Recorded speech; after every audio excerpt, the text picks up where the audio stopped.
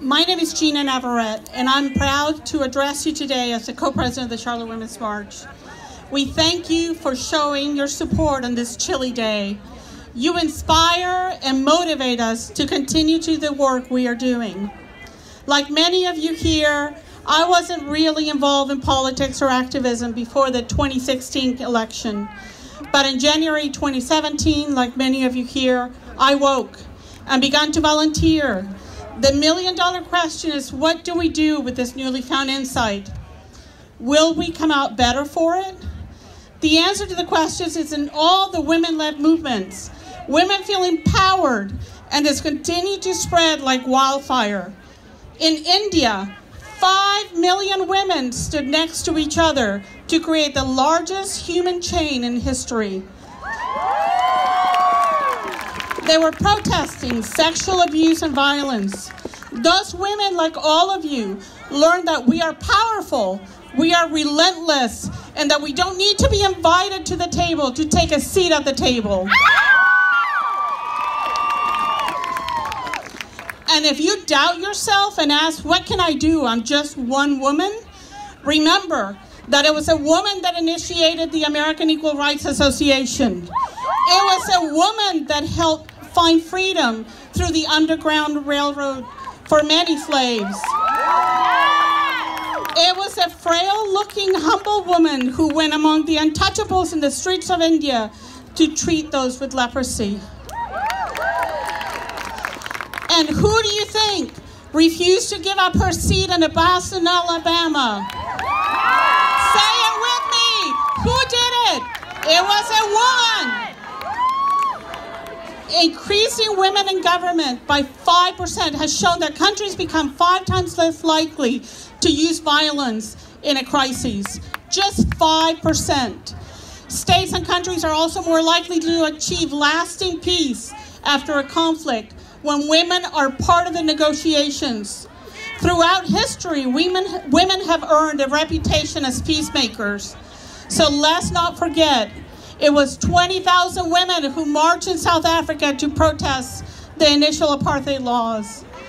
It was Muslim and Christian women who crossed the red zones in Africa and got armed militias to put down their weapons and end rival wars. And it was women that stopped the genocide in the Congo.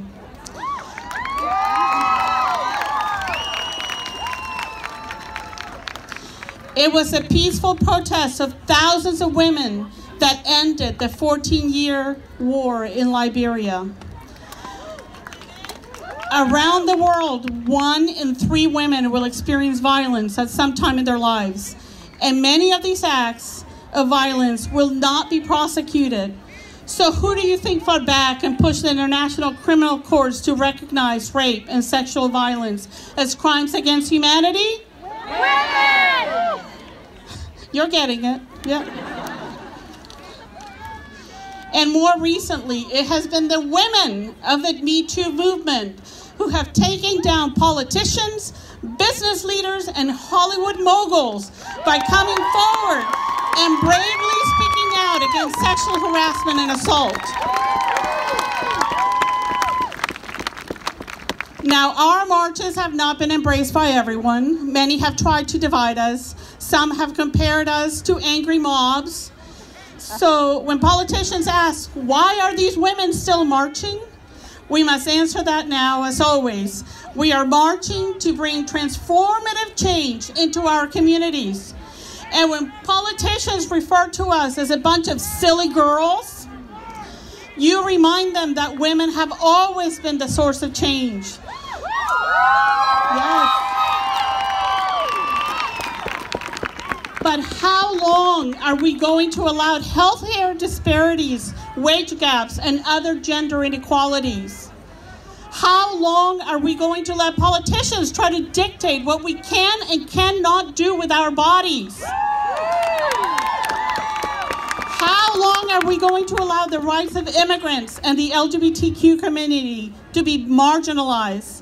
How long are we going to let corporations and special interest groups gamble with our environment, our children's future, due to greed? How long are we going to continue to watch brown and black children harassed and even killed for merely walking down the street? How long? How long? Let them hear you in Washington. Let them hear you in Raleigh. How long? We are tired of being marginalized, patronized, and just plain ignored. They may not have invited us to the table, but we are taking our rightful place and sitting down. We are here. We are powerful, and we are over 50% of the population. So it's about damn time that we have equal representation in government, in corporations, and in all leadership positions. As Justice Ginsburg said, women belong in all places where decisions are being made. And I don't know about you, but I think it's about time that a woman also took her rightful place in the White House. And put the sign down, Kathy. I'm getting there. In closing, let me just remind you that no amount of marches will mean anything if we don't do the work and vote.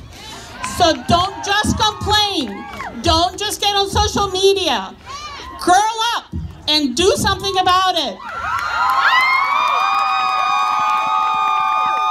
In the words of Susan B. Anthony, organize, agitate, and educate.